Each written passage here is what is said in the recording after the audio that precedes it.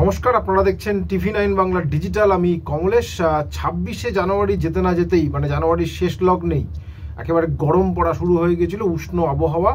ফেব্রুয়ারিতে আমরা পারদের উত্থান পতন দেখছি, সেদিক থেকে দেখলে জানুয়ারির শেষ কয়েকটা দিন এবং ফেব্রুয়ারি যদি এই প্রথম 8 দিন ধরা যায়, তাহলে কলকাতা এবং লাগোয়া অঞ্চলের অনেক জায়গাতেই আজকে শীতলতম ভোর ছিল, এটা বলা যায়। শীতলতম দিন বলছি না, তার কারণ এই ঠান্ডাটা মূলত রাত্রেবেলা এবং ভোরবেলাতেই সীমাবদ্ধ। তারপর যেই বেলা বেড়ে যাচ্ছে তারপরে রোদের তেজটা নেহাত কম নয়। ফলে এটাই বলা যায় যে ফেব্রুয়ারি মাসের শীতলতম ভোর আজকে আমরা কাটিয়েছি। কোথায় কত তাপমাত্রা ছিল সেটা একটু আপনাদের সঙ্গে শেয়ার করব। কলকাতা যদি দেখা যায়, কলকাতায় পরশুদিন সর্বনিম্ন তাপমাত্রা ছিল 22.2 ডিগ্রি সেলসিয়াস। গতকাল সেটা হলো 17.3 ডিগ্রি, মানে একদিনে 5 ডিগ্রি কমলো। তারপরে বলেছিলেন আবহাওয়াবিদরা যে আরও একটু তাপমাত্রা কমতে পারে, যেটা দেখা গেল আজকে 15.6 ডিগ্রি সেলসিয়াস। বেশ অনেক দিন, প্রায় 10 দিন পর কলকাতার তাপমাত্রা আবার 16 ডিগ্রির নিচে। দমদম পরশুদিন ছিল 21.1, গতকাল 17.8, আজকে 16। কৃষ্ণনগর পরশুদিন 16.4, গতকাল 15.6, আজকে 13.6, আরও 1 ডিগ্রি বা 2 ডিগ্রি কমেছে আজকে। শ্রীনিকেতন পরশুদিন 17, গতকাল 10.8, আজকে 10.9, মানে প্রায় একই রকম রয়েছে। বাঁকুড়া পরশুদিন 18.5, গতকাল 12.7, আজকে সামান্য বেড়ে 13.5 degree Celsius. Medinipur 20.6 degree Celsius, গতকাল 15.1, আজকে সামান্য বেড়ে 15.6 ডিগ্রি সেলসিয়াস। অর্থাৎ তাপমাত্রা কোথাও গতকালের থেকেও কমেছে, কোথাও প্রায় একই রকম রয়েছে। পশ্চিমাঞ্চলে কিছু জেলা, যদি দেখা যায় বীরভূম, বাঁকুড়া, মেদিনীপুর, এই জায়গাগুলোতে তাপমাত্রা গতকালের থেকে সামান্য বেড়েছে।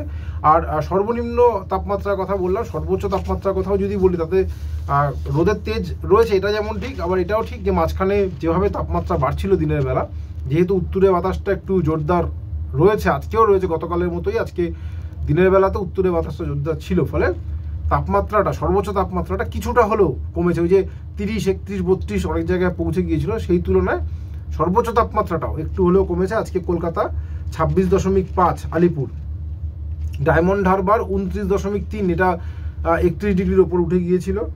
মেদিনীপুর 29.2, এটাও বলা যায় আমরা দেখেছি 31 ডিগ্রি পেরিয়ে গিয়েছিল। দীঘা 29, বাঁকুড়া 28.2, বাঁকুড়ার তাপমাত্রা 31 ডিগ্রি পেরিয়ে গিয়েছিল। শ্রীনিকেতন বাঁকুড়ার থেকে অনেকটা কম, 25.2 degree Celsius. Baharampur 23.4, Salt Lake 27.2, Panagarh 29, Asansol 27.6 degree Celsius, Jhargram 29.5 degree Celsius. মাঝখানে আমরা ঝাড়গ্রামের তাপমাত্রা দেখছিলাম 34 ডিগ্রি ছুঁয়ে ফেলেছিল।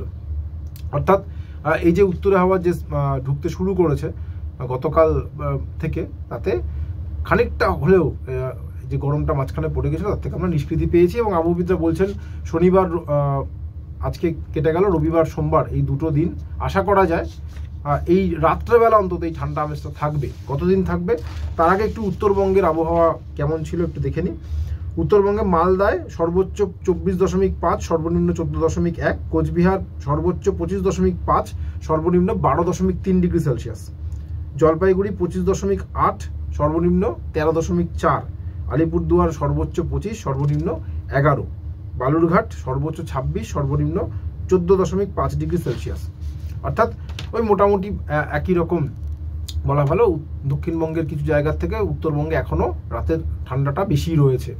আবহাওয়াবিদরা বলছেন যে রবিবার সোমবার মোটামুটি এরকমই তাপমাত্রা থাকবে, তবে মঙ্গলবার থেকে খানিকটা অমঙ্গলই বলা যায়, কারণ মঙ্গলবার থেকে আমরা যা পূর্বাভাস তাতে তাপমাত্রা বাড়বে।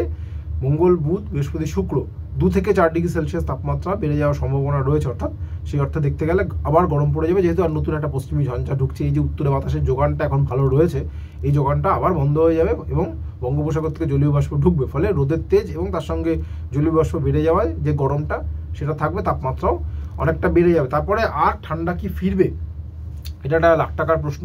আবহাওয়াবিদরা যেটা জানাচ্ছেন, 14ই ফেব্রুয়ারি ভ্যালেন্টাইন্স ডের দিন তাপমাত্রা একটু কমতে পারে, বিরাট কমবে এরকম নয়। কলকাতার তাপমাত্রা হয়তো এই যে এখন কমেছে, এটা আবার বাড়বে 2 থেকে 4 ডিগ্রি বেড়ে যেখানে পৌঁছবে সেখান থেকে আবার 17 ডিগ্রিতে ফিরতে পারে আশা করা যায়। ফলে এটা হালকা ঠান্ডা, বিরাট কিছু নয়। এবং তারপরে 14ই ফেব্রুয়ারি মানে প্রায় মাঘ মাস শেষ হয়ে যাচ্ছে।